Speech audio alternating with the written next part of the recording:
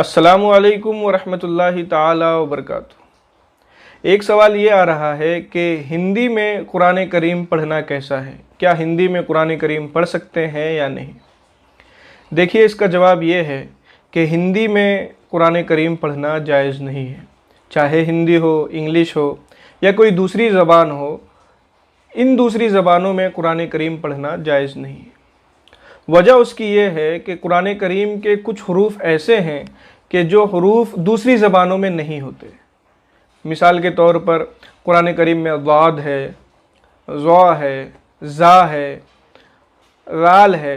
ये 4 तरह के हरूफ ऐसे हैं कि हिंदी में इनका मुतबादिल नहीं है, इनका कोई बदल नहीं है। हिंदी में अगर इनका बदल है तो वो सिर्फ़ और सिर्फ जा है। यानी अगर कोई हिंदी में कुरान करीम लिखता है तो जहाँ जहाँ दाद आया है या ज़ा आया है या ज़ौ आया है या राल आया है, वहाँ वहाँ उसको एक हिंदी का वर्ड जा लिखना पड़ेगा। और पढ़ने वाला जो अरबी हरूफ से वाकिफ़ नहीं है, जो अरबी हरूफ को नहीं जानता, वो हिंदी वाले कुरान में इसका फ़र्क नहीं कर पाएगा कि कहाँ पर ज़ाद आया है, कहाँ पर ज़ा है, कहाँ पर ज़ौ है, कहाँ पर राल है। इसका वो फ़र्क नहीं कर पाएगा। और अरबी ज़बान एक ऐसी ज़बान है कि इसमें एक हर्फ भी तब्दील हो जाता है अगर, तो माना बदल जाता है, माना फासिद हो जाता है, माना कुछ का कुछ हो जाता है।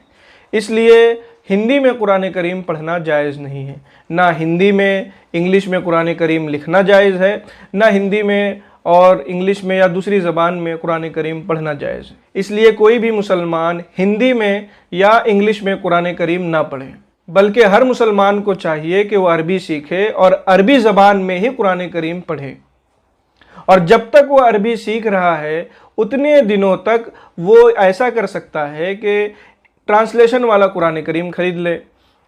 यानी ऊपर कुरान की आयत लिखी होती है और नीचे उसका तर्जमा लिखा होता है, चाहे हिंदी में है चाहे इंग्लिश में है, तो ट्रांसलेशन वाला कुरान करीम ख़रीद ले। और बेहतर ये है कि हुजूर आला हज़रत इमाम अहमद रज़ा मुहद्दिस बरेलवी रहमतुल्लाहि ताला अलैह का जो तर्जमा है, उर्दू में भी है, वो इंग्लिश में भी है और हिंदी में है, तो वो आला कुरान करीम ख़रीदे जिसका तर्जमा हुजूर आला हज़रत अलैहिर्रहमा ने फरमाया है। तो वो एक तरफ कुरान करीम पढ़ना भी सीखता रहे और दूसरी तरफ वो कुरान करीम की आयतों का तर्जमा भी पढ़ता रहे, तो ऐसा वो कर सकता है। और अगर किसी के पास इतना टाइम नहीं है, वैसे तो ये बहुत अफसोस की बात है कि कुरान करीम सीखने का किसी के पास टाइम नहीं है, लेकिन अगर किसी को मजदूरी वगैरह से फुर्सत नहीं मिलती और वो कुरान करीम सीखने का वक्त नहीं निकाल पाता, तो उसे चाहिए कि वो ट्रांसलेशन वाला कुरान करीम ख़रीदे और हिंदी में या इंग्लिश में कुरान करीम का तर्जमा वो पढ़े और रब करीम से उम्मीद रखे कि इस पर भी उसे सवाब मिलेगा।